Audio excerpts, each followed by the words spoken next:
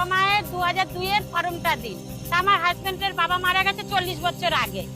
আর এখন যদি আমার হাজবেন্ডের না হয় তাহলে আমার বাচ্চারা আটকে যাবে। তা আমার বাচ্চাদের ভবিষ্যৎ কি করে তৈরি হবে? চক্রান্ত করে মানুষকে হ্যারাস করা হচ্ছে। মানুষ চিন্তায় পড়ে যাচ্ছে, আমার নামটা আমি খুঁজে পাবো কিনা। আমরা এখানে জন্ম নিয়েছি, কিন্তু আমাদের যদি ভোটে টোটে উল্টো পাল্টা করে তা আমরা তো ভয় মুক্তি, ভয় তো आतंक है, নিজে हार्ट अटैक করছে, নাকি মারা যাচ্ছে। हम लोग यहाँ के नागरिक हैं, हम लोग का वोटर लिस्ट में नाम है, हमारे पिताजी का, हमारे ग्रैंडफादर का, सब।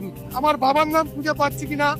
অনেকের নাম দেখা যাচ্ছে 2025-এ আছে, তাদের কিছু কিছু লোকের 2002-এ তার বাবা মায়ের নামও উড়ে যাচ্ছে। কিন্তু ছেলে মেয়ে তো যতদিন থেকে ই হয়েছে ততদিন থেকে আছে এখানে, কিন্তু পাচ্ছি না নম্বর গুলো ওই জানে। और ये बीजेपी का नाजायज करिश्मा है, ये सिर्फ सरकार को बदनाम करने का तरीका है। সময়টা খুব কম, কারণ এই 1 মাসের মধ্যে এই নাম এ করা খুব টাফ ব্যাপার।